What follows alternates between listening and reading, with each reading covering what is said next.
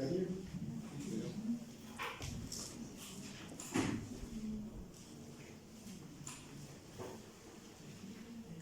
तो ये रिटर्न कहाँ करेगा? रिटर्न सम।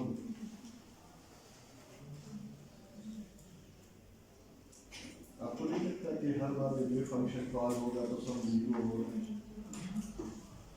ये तो बस जब 0 करेगा तो सम 0 हमेशा 0 रिटर्न करेगा।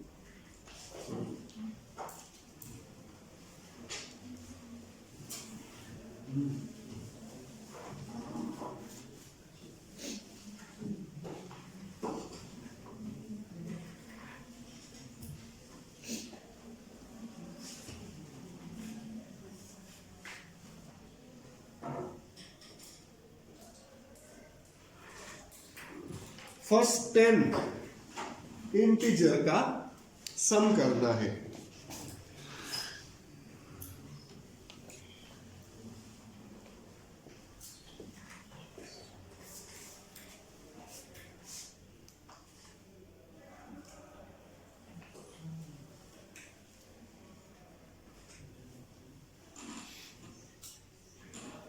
ये आप दो तरीकों से कर सकते हैं। एक तो यह है कि अगर आप सिर्फ 10 इंटीजर का नहीं करना चाहते जिस तरह हमने प्रीवियस एग्जांपल में किया, तो आप इसको कोई पैरामीटर पास कर सकते हैं, ठीक है, कि कितने इंटीजर्स का आप करना चाहते हैं, तो वो उतनी बार फिर वो रिपीटिशन या रिकर्जन परफॉर्म होगी और उतने इंटीजर का सम फाइंड करके it should be returning. Otherwise अगर आप सिर्फ 10 के लिए करना चाहते हैं, फिर उसके लिए यहाँ पे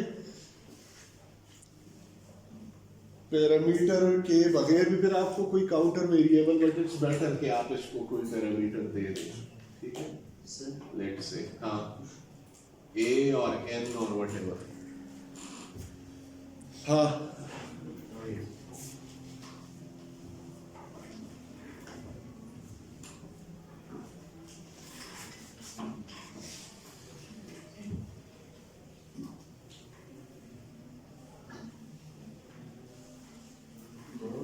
सम नहीं हो रहा,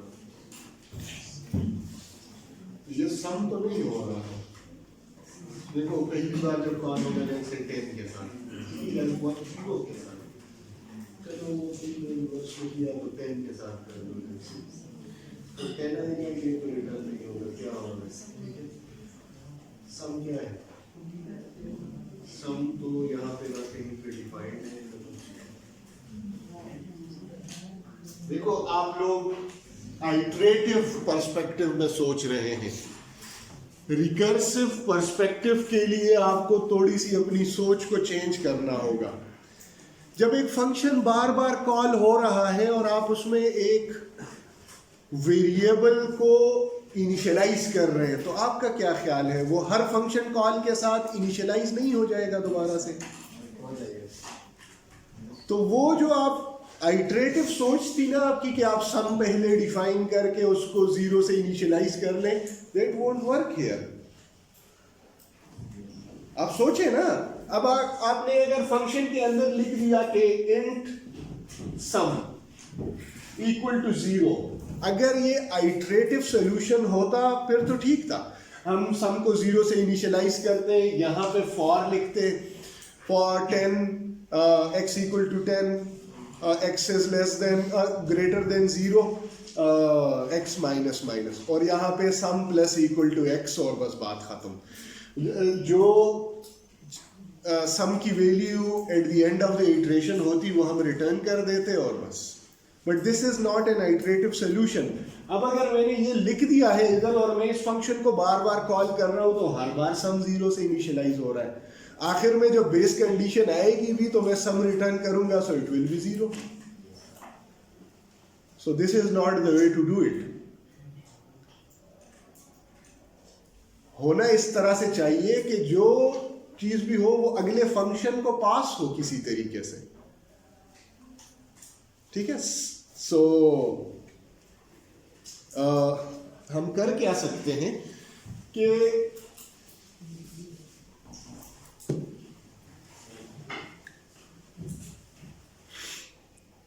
लेट्स से। इसी वजह से मैंने आपको कहा कि आप इसको बगैर पैरामीटर के भी कर सकते हैं। एनीवेज अगर पैरामीटर के साथ करते हैं तो फिर हम इसको मैक्सिमम नंबर देंगे जितने का सम हम फाइंड करना चाहते हैं, ठीक है, और फिर उससे नीचे आते जाएंगे। सो बेस कंडीशन वही होगी कि if a is equal to 0 तो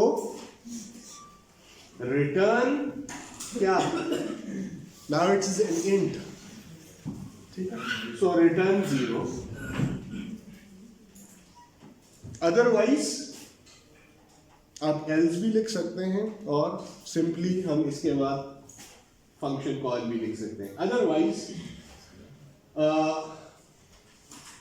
रिटर्न, क्योंकि हम जब ये फंक्शन सारे कॉल हो जाएंगे और फिर बेस कंडीशन, तो जो भी वैल्यू कैलकुलेट हो चुकी होगी ना वो हम वापस प्रोपेगेट करना चाहते हैं ओरिजिनल फंक्शन कॉल की तरफ, क्योंकि प्रिंट तो उसी के बाद ही होना है ना।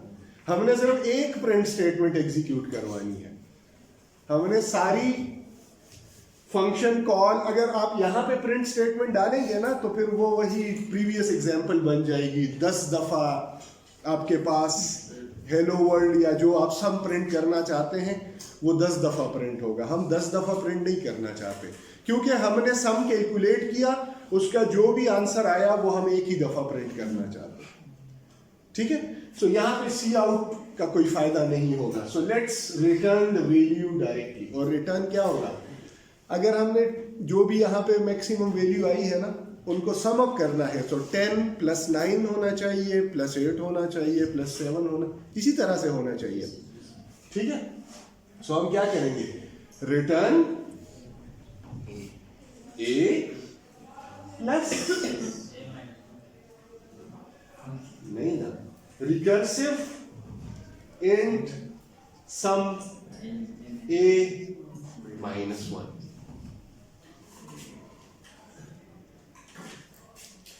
अब इसको अनफोल्ड करके देखिए कि आया इससे वो डिजायर्ड आउटपुट अचीव होता है या नहीं होता। सो इमेजिन करें कि हमने यहां पे लिख दिया ये मेन फंक्शन है, ठीक है। मेन फंक्शन में हमने लिख दिया कि cout sum is equal to, ये क्या है, recursive int sum with 10 value, ये फंक्शन हमने कॉल किया।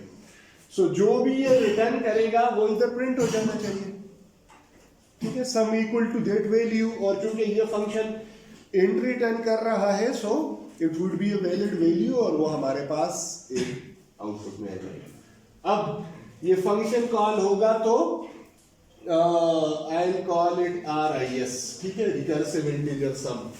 ये RIS 10 के साथ हमने ओरिजिनली कॉल किया, 10 = 0 फॉल्स, ये रिटर्न क्या कर रहा है, 10 plus recursive integer sum of 9, ठीक है। सो होगा क्या, 10 प्लस RIS 9। अगला क्या कॉल कर रहा है, ठीक है, देखते जाएगा। 9 प्लस RIS 8, ये किसको कॉल कर रहा है, 8 प्लस RIS 7, यहां से कॉल होगा 7 प्लस RIS 6 और ये चलता जाएगा, ठीक है।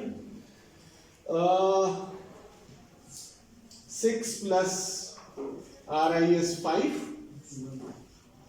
5 plus RIS 4, 4 plus RIS 3, 3 plus RIS 2 और 2 प्लस RIS 1, 1 प्लस RIS 0। अब जब RIS 0 कॉल होगा या रिकर्सिव इंटीजर सम अब 0 कॉल होगा तो बेस कंडीशन ट्रू हो जाएगी, it will return 0। When it return 0 so 1 plus 0 हो जाएगा, ठीक है। ये और ये वैल्यू बेसिकली वो रिटर्न कर रहा है to the previous function call.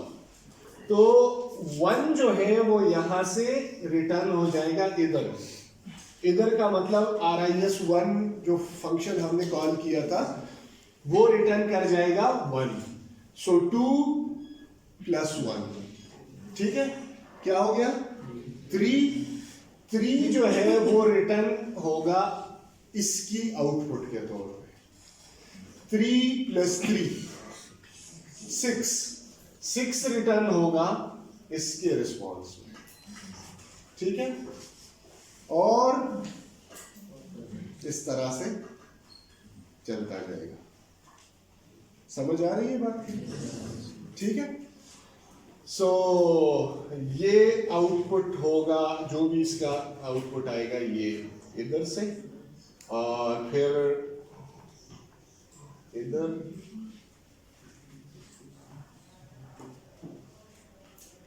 और ये इधर आ जाएगा, ठीक है। अगर हम इसको कैलकुलेट करें तो ये 1 प्लस 2 3 आ जाएगा, 3 प्लस 3 6 आ जाएगा, 6 प्लस 4 10 आ जाएगा, 10 प्लस 5 15 आ जाएगा। यहाँ पे क्या है?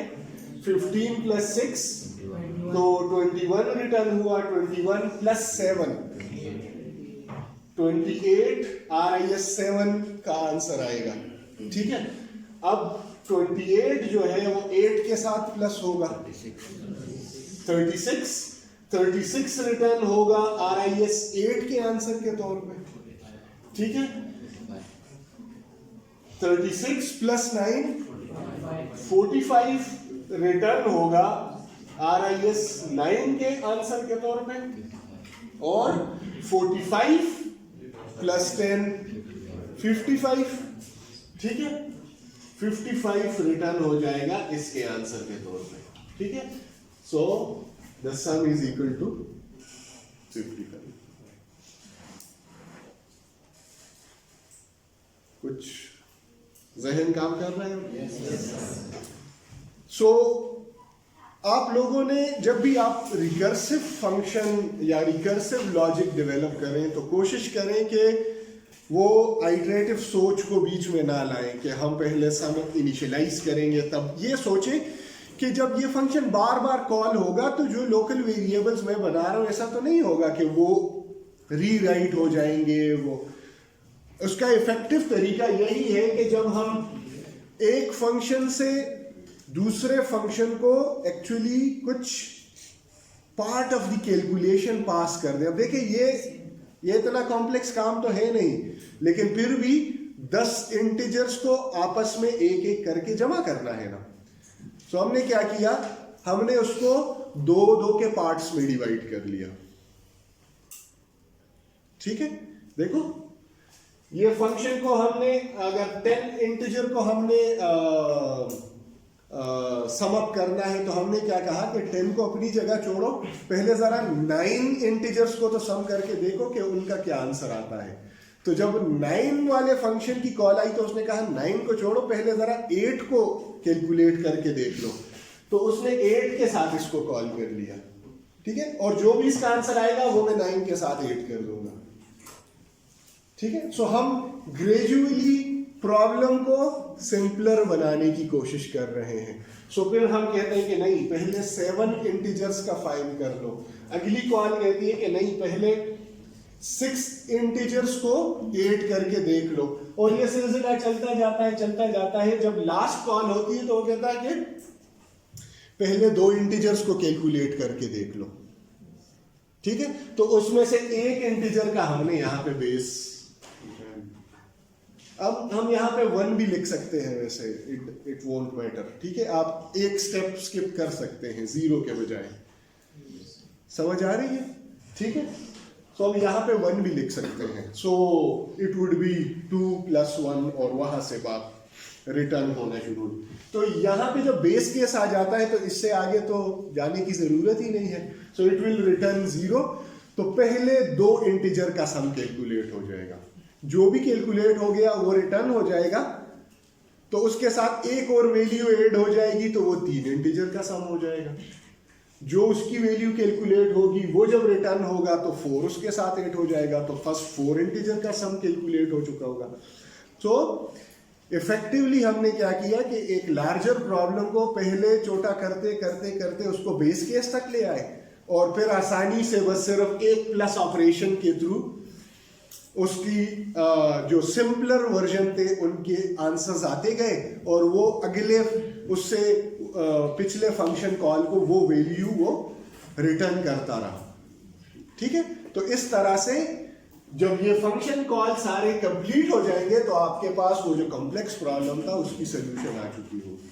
क्योंकि क्या था, 10 plus integer sum of 9 integers या सम ऑफ फर्स्ट 9 इंटीजर्स, तो इसका आंसर आ चुका होगा। इसके साथ हमने सिर्फ अभी एक वैल्यू ऐड करनी है and that would be the answer.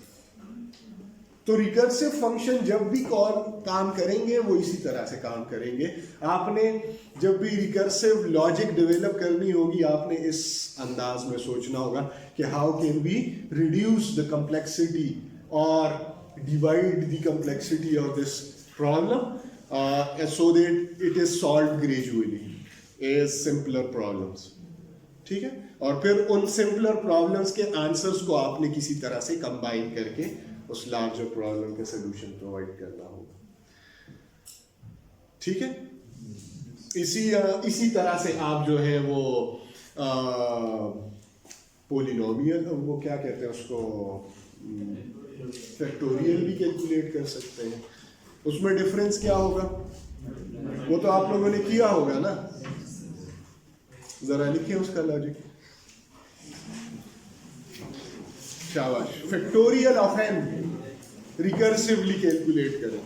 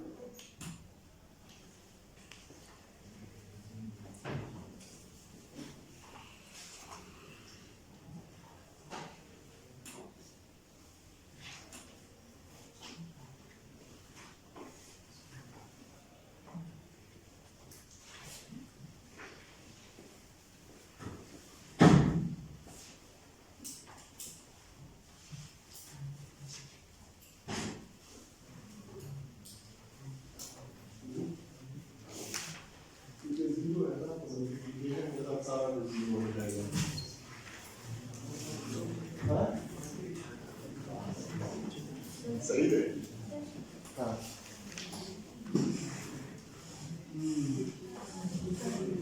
Zero return करोगी तो वो तो सारा को जीरो कर देगा क्योंकि मल्टीप्लिकेशन है। आप लोग सोचते नहीं है, बड़ी सिंपल चीजों को आप उस पर गौर करते नहीं। अब अगर आप जीरो रिटर्न करेंगे तो क्या होगा, वो उससे अगली वैल्यू को जीरो कर देगा, फिर वो जीरो रिटर्न होगा तो अगली वैल्यू जीरो हो जाएगी, और आखिर में आपके पास जीरो फैक्टोरियल, जो फैक्टोरियल की वैल्यू होगी वो हमेशा जीरो रिटर्न होगी। सो बेस केस आपका अब 1 होना चाहिए ताकि 1 ही रिटर्न हो, क्योंकि 1 से आप किसी चीज को मल्टीप्लाई करेंगे तो फर्क तो पड़ना नहीं है, 0 से करेंगे तो बड़ा फर्क पड़ जाएगा।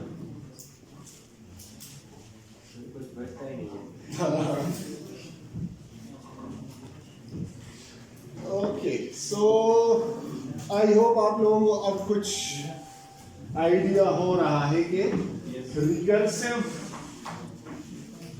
फंक्शंस कैसे काम करेंगे और रिकर्सिव लॉजिक कैसे डेवलप करनी है। अच्छा,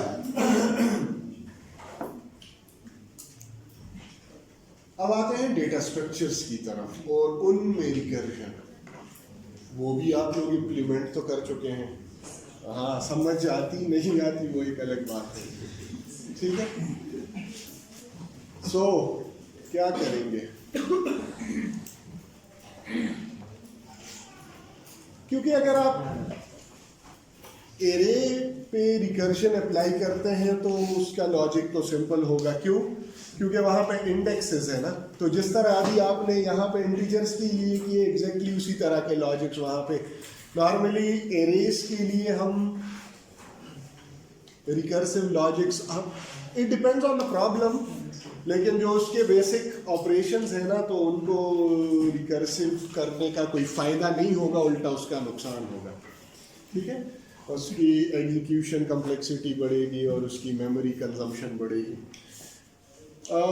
लेकिन हमारे पास कुछ सिनेरियोज जो डायनामिक डेटा स्ट्रक्चर्स हैं ना, ठीक है, नॉन लीनियर, ख़ास तौर पे फिर जब ट्रीज की बात होती है, इवन हम स्टार्ट लिंक लिस्ट से लेते हैं, ठीक है, वहाँ पे चूँकि सिनेरियो थोड़ा सा सिंपल होता है तो वहाँ पे अगर आप रिकर्सिव लॉजिक्स पे प्रैक्टिस करें तो वो ज़्यादा बेहतर हो जाता है। और फिर आगे जाके ट्रीज में और ख़ास तौर पे फिर जो बैलेंसिंग, सेल्फ बैलेंसिंग ट्रीज होती हैं उनमें रिकर्जन का रोल जो है वो बढ़ जाता है, ठीक है, क्योंकि उसके बगैर अगर आप आइटरेटिव लॉजिक्स बनाएंगे तो वो काफ़ी ज़्यादा कॉम्प्लेक्स किस्म का कोड बन जाता है बाद दफ़ा, ठीक है। तो इस वजह से हम कोशिश करेंगे कि पहले ज़रा जो सिंपल डेटा स्ट्रक्चर है लिंक लिस्ट, उसमें थोड़ी सी रिकर्जन को देख सकें, ठीक। तो लेट्स से अगर हम ट्रावर्सल की बात करें, लिंक लिस्ट ट्रावर्सल की अगर हम बात करें तो हम क्या करते हैं, हमारे पास लिंक लिस्ट एक्सेस करने का एक ही रेफरेंस होता है, that is the head pointer, right. और हेड से फिर नेक्स्ट पॉइंटर की तरफ हम आगे जाते हैं टुवर्ड्स द एंड। एंड में क्या होता है? नल पॉइंटर होता है। जो लास्ट आइटम होगा किसी भी लिंक लिस्ट में उसका नेक्स्ट पॉइंटर नल होगा, तो that would be our stopping criteria, ठीक है। अब अगर हम चाहते हैं कि हेड से लेके लास्ट आइटम तक हम तमाम आइटम्स को एक्सेस करें, उनकी वैल्यूज डिस्प्ले करें, जो भी उसमें डेटा स्टोर्ड है, ठीक है, हर आइटम में, तो वो तो एक तो बड़ी आसानी से हो सकता है विद आइटरेटिव लॉजिक। वो क्या होगा, आप कैसे ट्रावर्स करते हैं लिंक लिस्ट को? कोई टेम्परेरी वेरिएबल होगा, ठीक है, जो कि हेड से स्टार्ट करेगा। लेट्स से अगर आइटम आपके पास वो नोड है, आइटम पॉइंटर है, और हम कहते हैं कि चलो current equal to the head pointer जो हमने लिंक लिस्ट क्लास में डिफाइन किया होता है, ठीक है। और फिर हम क्या करते हैं कि हम यहाँ पे सिंपल एक वाइल, कोई भी रिपीटिशन स्ट्रक्चर आप यूज कर सकते हैं, ठीक है।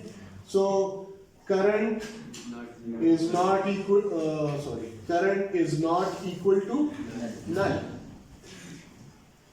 सो ये हमारी टर्मिनेशन कंडीशन हो जाएगी। यहाँ पे हम सी आउट कर सकते हैं क्या, जो भी करंट, हाँ, करंट डॉट वैल्यू कर दें या उसका जो डेटा होगा, ठीक है। क्योंकि ये पॉइंटर है तो हम एरो ऑपरेटर यूज कर रहे हैं, ठीक है, एन एल। और करंट को अब आगे लेके जाना है ना, क्योंकि ये टेम्परेरी वेरिएबल है तो it should forward down the chain, link list है ना। So current equal to current dot next.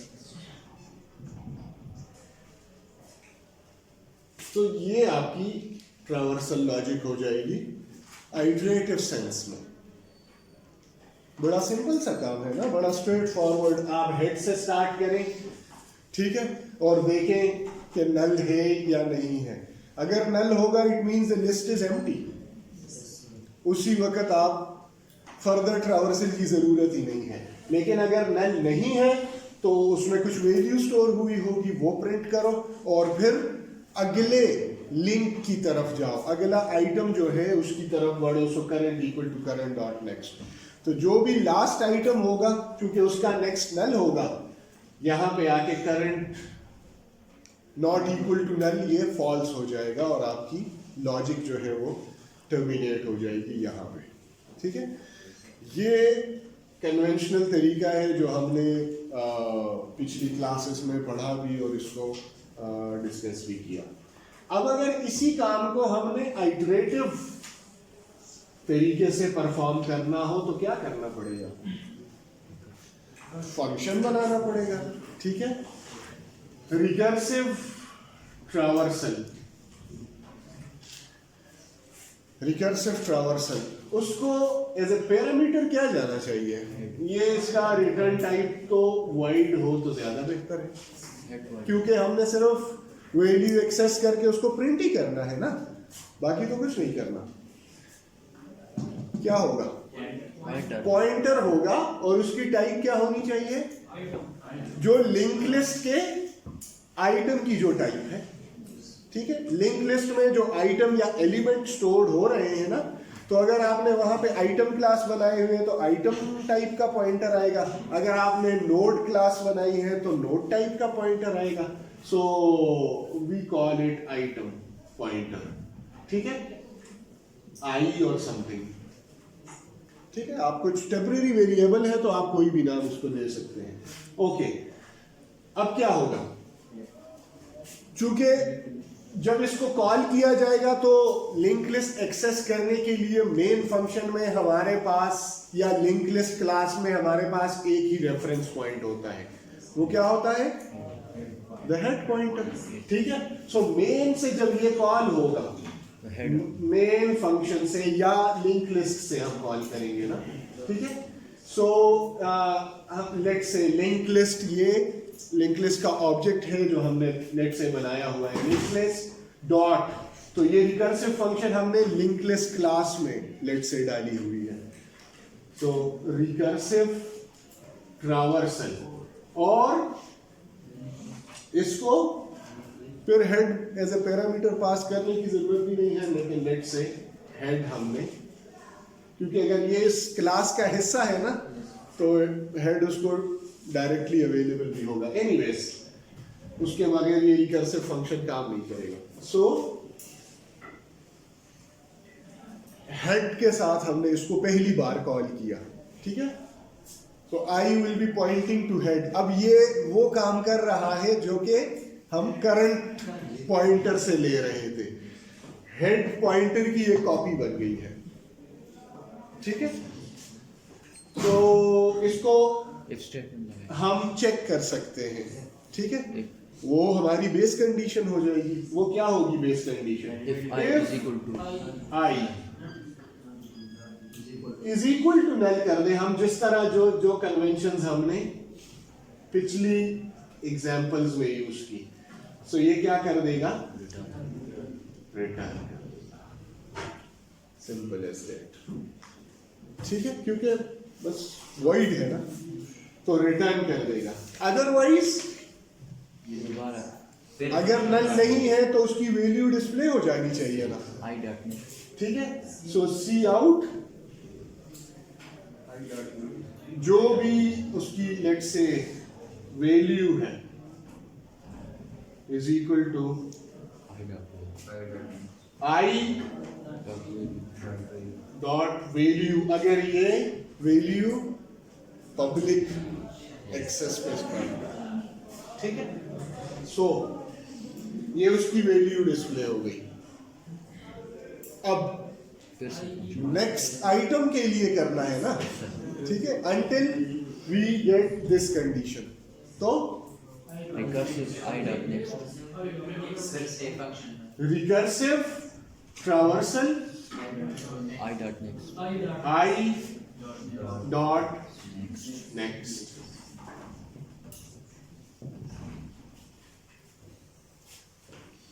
और बस